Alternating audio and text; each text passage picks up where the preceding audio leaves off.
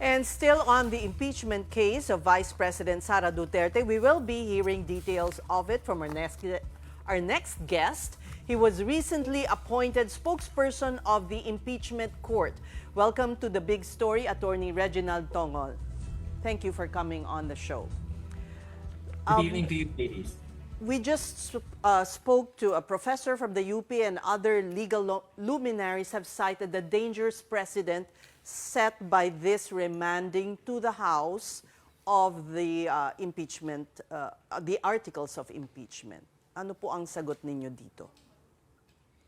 Well, the Impeachment Court is a body that is sui generis, as they have already exhaustively discussed. However, we are also a political body, which means that the court is not just run by legalistics or technicalities. It has to also be run by political intents, political motivations. And that is why the Constitution gave this power a textually demonstrable commitment to a certain branch of government, which is the Senate, to do this impeachment trial. So because of that, there are different views regarding why it shouldn't be too legalistic, and at the same time, on other aspects, we have to be legalistic. So while these views are listened to by each of the senator judges, I'm sure, because they are also listening to programs such as yours. They are taking this into consideration. However, they are only persuasive and not controlling on the impeachment court. Attorney, I'm asking this because it somehow shields the person who is being accused, and in the future, pwedeng gamitin itong mga paraan na to delay the proceedings, because this is what's happening right now.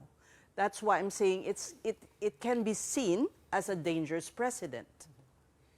I'm sure when the senator judges moved, for example, Senator Bato de la Rosa was the one who first moved for the dismissal of the case, and then it was seconded by Senator Judge Bongo, and then so as to prevent a stalemate and a never-ending debate in the floor, I think there was a concession made so that Senator Judge Cayetano was the one who vouched, or who actually told the court that Senator Bato might be open to amending his first motion. So all these debates, all the deliberations during the last night's proceeding is actually also considering all the precedents. However, in that particular question of whether or not to dismiss, there has no particular precedent that has been laid before by the two impeachment courts that happened in the past. So they are laying down the new precedent as a power that is vested in the Senate as an impeachment court.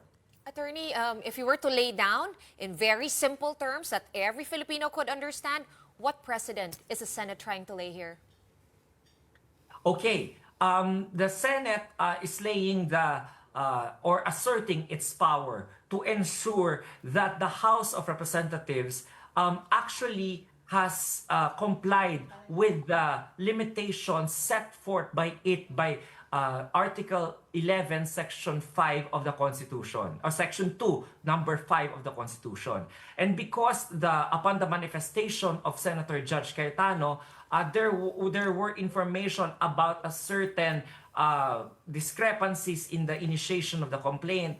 So the court has to get what the official side of the House, and it can only take the form of either a certification or a resolution that is passed by the House. Because the impeachment court can only consider as controlling to them the evidence presented before it by both parties, or those things that they can take judicial notice of based on the rules on evidence. So there is no evidence presented yet about this, and they cannot take judicial notice because the conditions for taking judicial notice hasn't been complied with, because it is not a law. So that's why the court, I think, during the deliberations, you can look at the transcripts. That was the main consideration: how to get that assurance from the House that this verified complaint is actually compliant and did Which, not if I may, surpass the if I may limitation. interrupt you, attorney, Yes, yes. this is a matter, legal luminaries have also said, that the accused should be the one to bring up before the impeachment court, not the judges themselves. As I have been saying to earlier interviewers, what we got last night was a glimpse of how deliberations are done in a collegial judicial body. These are not usually seen by ordinary people, by the masses. However, if you have litigation practice, you will know that when you file a complaint anywhere, whether it's a prosecutor, if it's a criminal case or a civil case, the judge will have to determine first the sufficiency of that complaint. If there is any defect or there is any information that he wants to get from the party, then he can file a compliance so that the party will have to comply to establish the jurisdictional requirement, or at least make it to the mind of the court or the judge that this is actually something that is compliant with the requirements under the rules. Pero So that is attorney, what the court is doing. Okay. Pero attorney, yung second item in that letter that Senate has transmitted to the House, getting a certification from the 20th Congress. Isn't that clearly like pushing it away because wala pang 20th Congress and they're going to like form themselves on July 28 pa. So clearly, it seems, right, and I'm sure you can appreciate that to everyone, parang tinulak nila para at least hanggang July 28 wala pang magayari. Because how can the 19th certify for the 20th? Again, it's not a loss on any party because there has already been issuance of summons. So the time is already running as well for the defense. So it's running for the prosecution for them to comply, and it's running also for the defense for them to comply. Even without this order of the court yesterday, the timeline would still be the same. The impeachment court will be constituted today, and then the summons will be sent to the Vice President on Friday, and then count 10 days from Friday, that's around June 23 or 24, give or take 1 or 2 days, and then plus 5 days for the reply of the prosecutors, it will still have to effectively cross that 19th to the 20th. Can VP so Sara the say... timeline wasn't actually changed. Can VP Sara say, why will I respond when you remanded the complaint back to the House? What am I responding to? She can say that, Again, right? Yes, yes. It was clear from the deliberations last night that the complaint is not rendered ineffective or useless. There was a concession made between the senator judges to put that very wording in the motion, that it is not dismissed, the case is not dismissed, and at the same time, it does not, the jurisdiction of the court will not be terminated.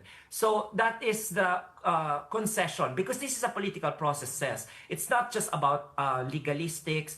We have to take into consideration the sui generis and the political process that is also at play behind the scenes. You are a very experienced journalist, and you already know how Congress or even senators No, I don't. give or take about. I don't! But Attorney Reggie, We just need to explain to the public that these are the kind of concessions that even collegial bodies such as the Supreme Court or the Court of Appeals are also doing amongst themselves, but they are not shown to the public because it is not as televised as the impeachment. Okay, I'll tweak Ces's question lang. Pagka kinwestiyon ni VP Sara, handa na ba sumagot ang mga senador nung kanyang defense team? I think any litigator worth his salt will use whatever tools that they can use to file whatever remedy that they can file. So I think both the prosecution and the defense should be on their toes to do all these things. However, if they really want this process to already start, and then the trial will ensue already, then I think compliance is the easiest remedy for the House to do. Okay, but attorney, a common sentiment or criticism right now from critics and legal luminaries is that the senators are acting like the lawyers of the Vice President, Sara Duterte. So it begs the question on whether can we expect the senator judges to be impartial in trying this impeachment case? That is the very nature of this political process. Because since everybody is, the senator judges will only be run by their conscience when they decide to acquit or to convict. The opinions of the public are very much welcome. However, they are just that, opinions. It is not for the court to actually consider as a controlling ruling on the matter. So they can only consider evidence and jurisprudence or the rules that they have limited themselves to pass. And attorney, earlier today, nagsalita na nga po ang prosecution panel. They held a press conference and Congresswoman Luisra was saying kahit sila they're confused with what the Senate is ordering. So have you received their request already for clarification? How soon will you be responding? And where do we go from here? Is this going to be a back and forth affair? I think that motion for clarification that they were talking, they haven't really filed it as of this time. But we're expecting maybe anytime soon for both parties to file whatever pleadings that they want to file. All right. Well, thank you so much for joining us on the big story. That was Attorney Reginald Tongol, spokesperson of the Impeachment Court.